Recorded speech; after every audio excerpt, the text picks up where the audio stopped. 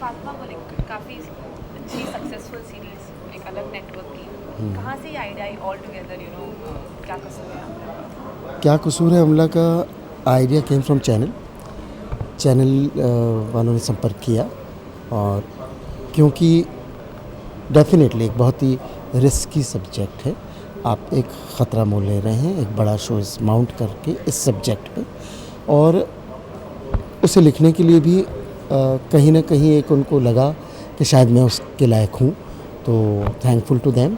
उनका आइडिया था, वो मिले मुझसे और उन्होंने इस कहानी के बारे में बताया, और कहानी सुनते ही मैंने लिखने के लिए हाँ भर दी थी, बनाने के लिए हाँ भर दी। पहले आपने फॉलो किया था इस शो को? हम लोगों ने एक्चुअली जब दूसरे चैनल पर आया उससे पहले हम लोग देख चुके थे द ओरिजिनल वर्जन, बिकॉज हम बना रहे थे, तो हम लोगों ने ओरिजिनल वर्जन यहाँ टेलीकास्ट हुआ डब लैंग्वेज में, उससे पहले हम कम्प्लीटली देख चुके थे। इसके अडेप्टेशन में एक प्रोसेस होती है, एक अलग नेटवर्क से इस नेटवर्क पे, तो उसमें कुछ आपको कुछ हेल्प हुई, कैसा मतलब आपने अडेप्ट हुआ यहाँ पे?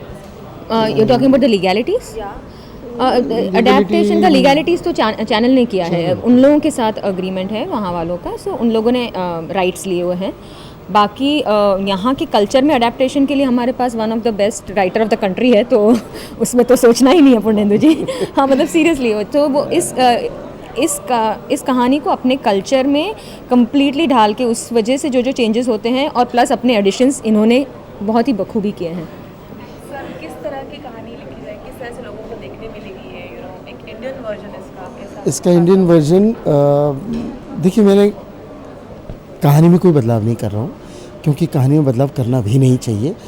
किसी अच्छी बनी हुई चीज़ को खामखा अपनी क्रिएटिविटी डाल के बिगाड़ने का अधिकार हम में से किसी को भी नहीं है, तो मैं ऐसा कुछ भी नहीं कर रहा हूँ। कहानी उसी अंदाज़ में कही जा रही है जिस अंदाज़ में लोगों ने जिन भी लोगों ने फातिमा गुल देखा होगा, जिस अंदाज़ में फातिमा गुल में कही गई है। क्योंकि according to me Fatima Gul is a brilliant piece of writing, बहुत अच्छी लेखन है उसमें, और उसको बिल्कुल बदलने की कोशिश नहीं की है।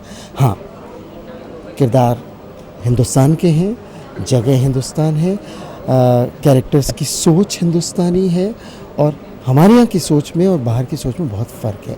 वो फ़र्क आपको बखूबी नज़र आएगा। कहीं ना कहीं आपको ऐसे नहीं लगा कि मैं खुद भी इसमें एज अ एक्टर ट्राई करूँ? हमें लगा भाई, बहुत लगा, पर ये करती नहीं है। नहीं, ऐसा कुछ नहीं करती।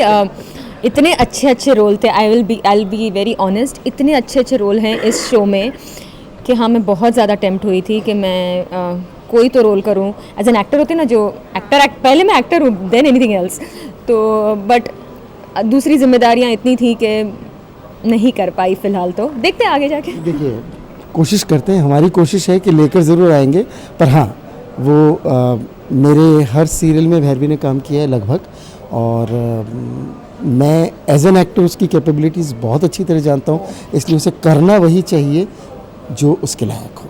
Thank you so much. Finally star दोपहर, क्या लगता है टाइम स्लॉट जिस तरह का मिला है, कहाँ तक लोगों में पसंद आएगा? टाइम लगेगा, स्लोली ग्रेजुअली लोगों के इसमें आने के लिए, बट आप दोनों का क्या पॉइंट ऑफ व्यू है उसमें?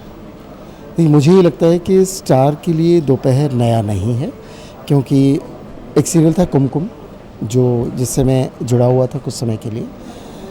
कुमकुम, भाभी, कुछ बहुत बड़े हिट सीरियल्स, और उस ज़माने में स्टार का दोपहर सबसे स्ट्रॉन्ग था। कुमकुम की टीआरपीज़ कई बार क्योंकि और कहानी से भी ज़्यादा आई हैं, तो इसलिए मुझे नहीं लगता कि ज़्यादा वक्त लगेगा। लोग आफ्टरनून में टेलीविज़न देखते हैं, तो उन्हें अगर नया कंटेंट देखने को मिल रहा है तो why not, they will love to see that, and they will be really spoiled for choice, because आपने देखा होगा कि चारों शो इतने स्ट्रॉन्ग और इतने अलग हैं, मतलब बिकॉज आफ्टरनून है इसलिए इसको सेकेंडरी ट्रीट किया जाए ऐसा नहीं है। सो ये स्टार की तरफ से बहुत बड़ा इनिशिएटिव है, yes, and we are hoping कि स्लोली बट ग्रेजुअली वो सक्सेसफुल हो जाएगा।